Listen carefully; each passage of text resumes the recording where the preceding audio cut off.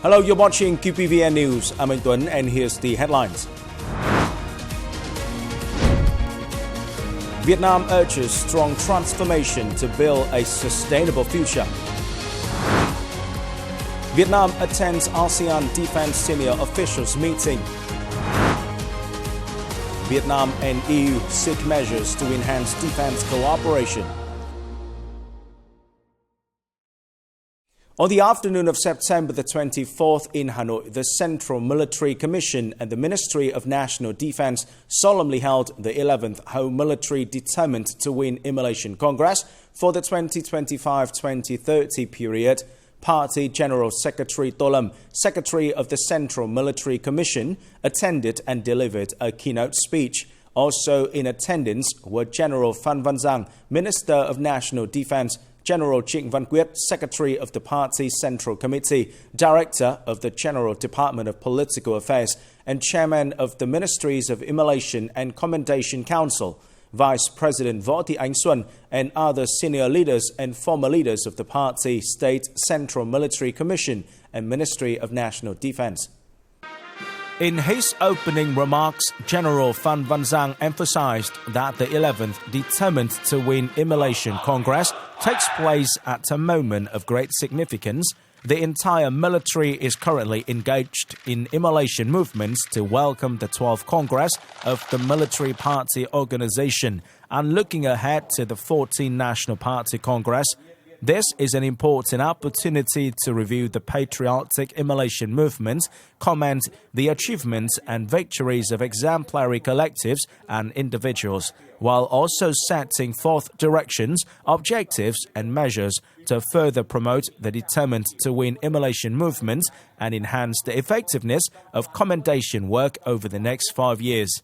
Presenting the report on immolation and commendation work for the 2020-2025 period, General Trịnh Văn Quyết affirmed, over the past 5 years, the immolation and commendation efforts and the Determined to Win movement across the entire military have received timely, comprehensive and focused leadership and guidance from the Central Military Commission, the Ministry of National Defense, and party committees and commanders at all levels. In recognition of their outstanding achievements during the 2020-2025 period, the Minister of National Defense awarded immolation flags to 84 collectives, certificates of merit to 151 collectives, and to 158 individuals who have shown exemplary performance in the Determined to Win movement. On September the 23rd, local time at the UN headquarters in New York, U.S., State President Lương Cường delivered an important speech at the high-level general debate of the 80th UN General Assembly, highlighting a message of honoring the value of peace, driving bold transformation to shape a sustainable future. The President affirmed that over the past 80 years, the UN has embodied mankind's shared aspiration for peace, cooperation and development based on universal values of human rights, national independence, equality, democracy and social progress. In the face of unprecedented challenges, the international community must uphold multilateralism and a rule-based international system, with the UN playing the central role. Affirming that peace is both a goal and a prerequisite for building a stable, just, democratic and prosperous future, he asked countries to adhere to international law and the UN Charter, respect independence, sovereignty and territorial integrity, refrain from interfering in internal affairs, avoid the use of force or threat of force, and resolve disputes through peaceful measures. Emphasizing a culture of peace through trust building, international solidarity, dialogue and respect for differences, he called for ceasefires, an end to violence, the protection of civilians and unhindered humanitarian access in conflict zones. He welcomed the recognition of the State of Palestine by many countries, urged urgent humanitarian assistance for the Palestinian people, and proposed that the U.S. lift its sanction on Cuba and remove the country from the list of state sponsors of terrorism. President Lương Cường underscored the role of regional organizations developments, with ASEAN at the center of the Asia-Pacific. He urged country to promote the ceasefire agreement between Cambodia and Thailand, implementing the 5-point consensus on Myanmar, and maintaining peace, stability, security, safety and freedom of navigation and aviation in the EC or South China Sea internationally based on international law, including the 1982 UN Convention on the Law of the Sea.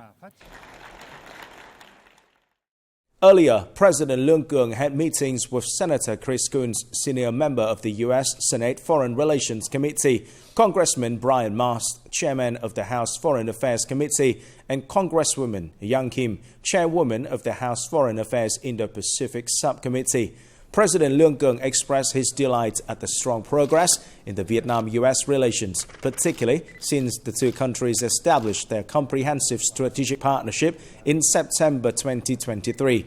He reaffirmed that Vietnam consistently pursues a foreign policy of independence, self-reliance, multilateralization, and diversification, and being a friend and a reliable partner and responsible member of the international community.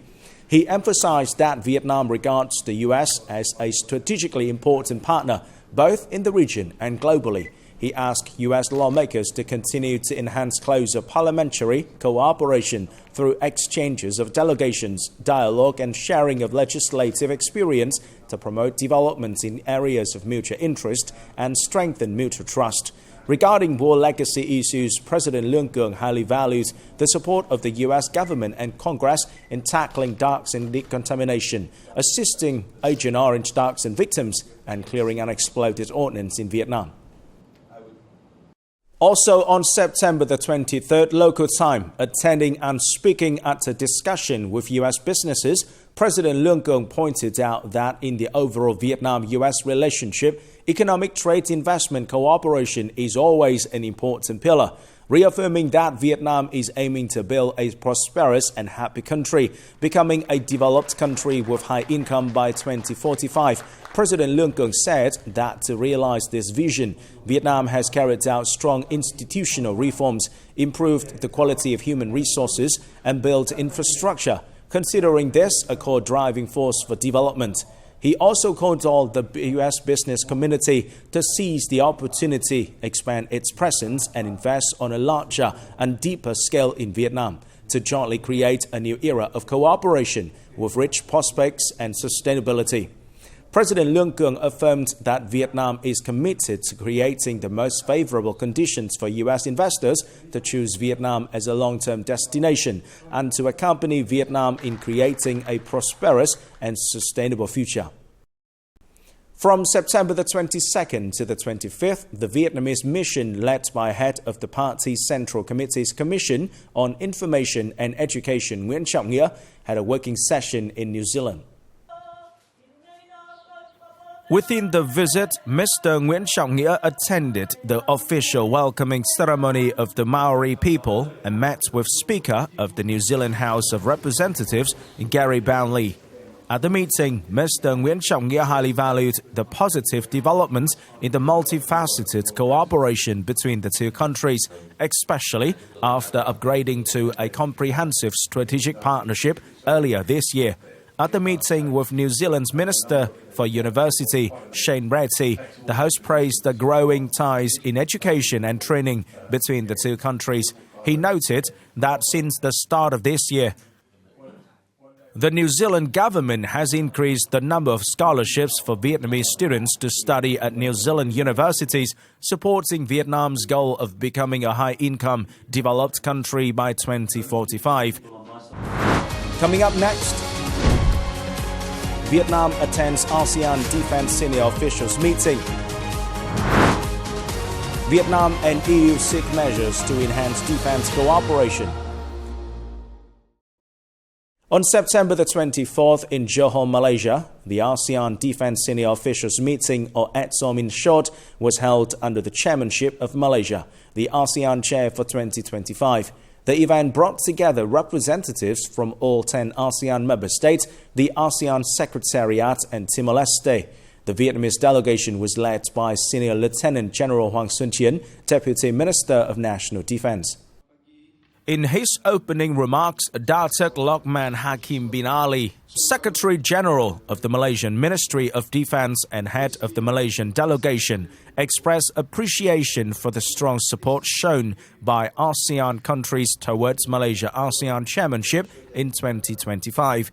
He highlighted that this year's ADMM theme, ASEAN Unity for Security and Prosperity, reflects the belief that security is the foundation for economic growth, regional stability, and the well-being of the people.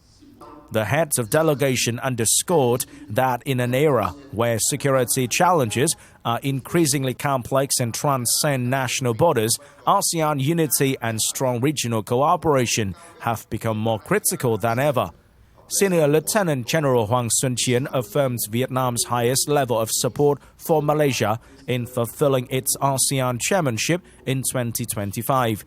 The meeting reviewed the outcomes of the ASEAN Defence Senior Officials Working Group, updates on the implementation of the ADMM Work Plan 2023-2026, outcomes of the 21st Annual Meeting of the Network of ASEAN Defence and Security Institutions, and the results of the 22nd ASEAN Chiefs of Defence Forces meeting.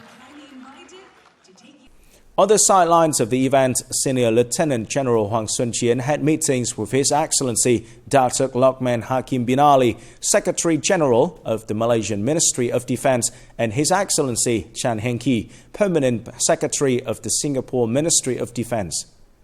During a bilateral meeting with Secretary-General of the Malaysian Defence Ministry, Senior Lieutenant General Hoàng Xuân Chiến acknowledged the recent good cooperation results between both defence ministries and militaries.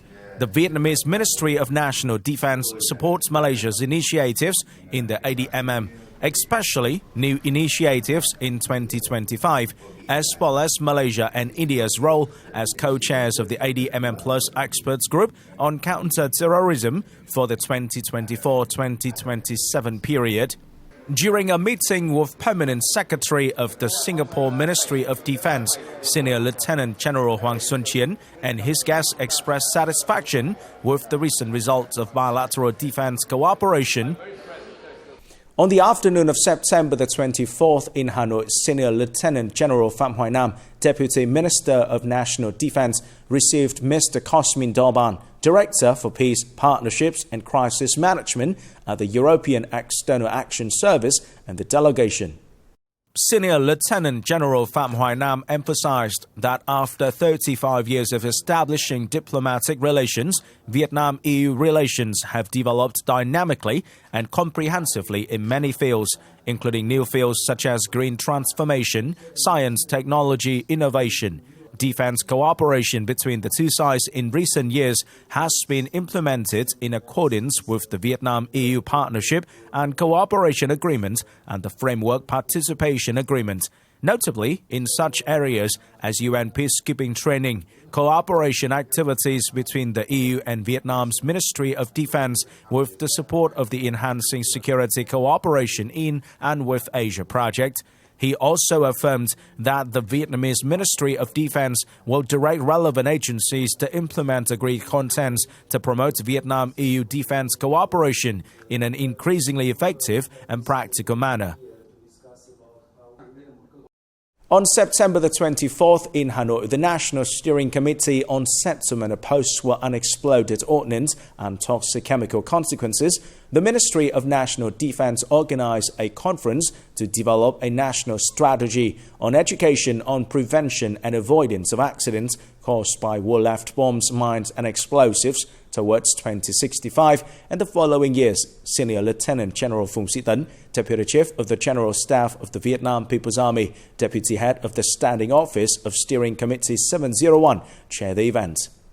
At the event, delegates agreed on the necessity of issuing the strategy and basically agreed on the layout, structure and content of the draft strategy. Senior Lieutenant General Phùng Sĩ Tấn affirmed that the conference is an important basis for the Ministry of National Defense to complete the strategy submitted to the Prime Minister for signing and implementation, contributing to soon making Vietnam a country no longer affected by post-war bombs and mines, bringing a peaceful life to the people, and effectively serving the task of national socio-economic development.